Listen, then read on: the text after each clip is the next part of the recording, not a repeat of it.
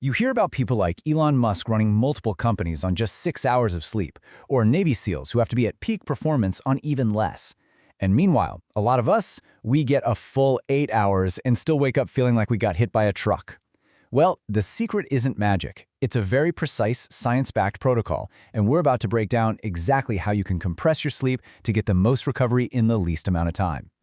So, does this sound familiar? You do everything you're supposed to do. You go to bed on time, you're in bed for 8, maybe even 9 hours, but you still wake up with that brain fog, just desperately reaching for the coffee. It's an incredibly frustrating cycle, right? Well, what if I told you the reason you're so tired has almost nothing to do with how long you're actually in bed? Okay, this right here gets to the absolute core of the problem. It's not about sleep duration, it's all about sleep efficiency. See, for most of us, spending 8 hours in bed only translates to about 4 hours of real biological recovery. And that gap, that's where all the grogginess and fatigue is coming from. So we're not here to find more hours in the day. We're here to get more recovery out of the hours you already have. All right, so the very first thing we need to do is completely change how we think about sleep. It's time to just forget the magic number 8 for a minute. Your brain has its own way of keeping score, and trust me, it has nothing to do with the clock on your nightstand. This is the fundamental unit of sleep we need to focus on, the ultradian rhythm. You see, every single night, your brain is moving through these repeating 90-minute cycles. A good way to think of it is like a series of recovery sprints. The goal isn't to run some long, slow marathon all night. The goal is to complete as many of these high-quality 90-minute sprints as you can. And inside each of those 90-minute cycles are these crucial stages. You start off in light sleep, and then you drop down into deep sleep. Think of this as the body shop. It's where all your physical repair work gets done, healing muscles, rebooting your immune system, all that good stuff. Then you cycle up into REM sleep. This is for your mind. It's like defragging your mental hard drive, consolidating memories, and clearing out stress. You need both. They're absolutely crucial. You know that feeling when your alarm goes off and you feel like you're moving through molasses, like you're underwater? Well, that has a name. It's called sleep inertia. And it's basically the punishment your body gives you for waking up smack in the middle of a deep sleep cycle. Your brain just wasn't ready. The whole key to waking up sharp is to wake up at the end of a cycle, not in the middle of one. Okay, so we get the science now. It's all about completing clean, uninterrupted cycles. The big question is, how do we actually do that? Well, this simple 3-step system is the answer. Step 1 is the anchor for your entire biology. And this comes from the world's leading sleep expert. It's all about consistency. Your body is a clock, and it absolutely craves a predictable rhythm. This isn't just a friendly suggestion. It is the non-negotiable foundation of high-quality sleep. We're all guilty of this, right?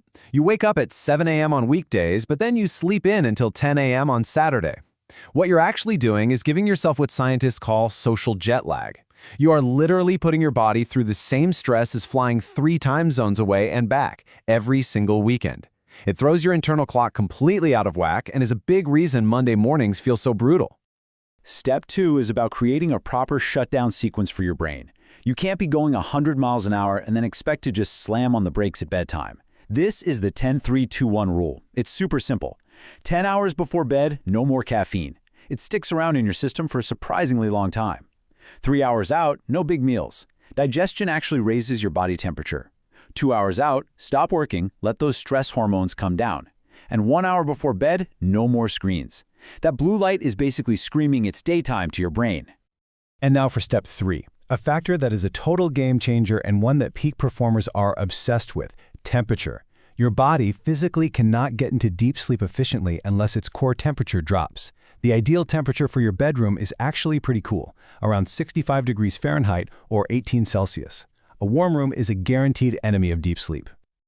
Now, what if you can't control the thermostat? No problem. There's a fantastic little biohack for this. Take a hot shower about an hour before you want to go to sleep. I know, it sounds totally counterintuitive, right? But when you get out of that hot shower, your body rapidly radiates heat to cool itself down. That quick drop in your core temperature sends a massive signal to your brain saying, hey, it's time to go to sleep. So if you follow that protocol, you're setting yourself up for incredible sleep. But, life happens. So what do you do on those days when a perfect night just isn't in the cards? That's when you need your emergency toolkit.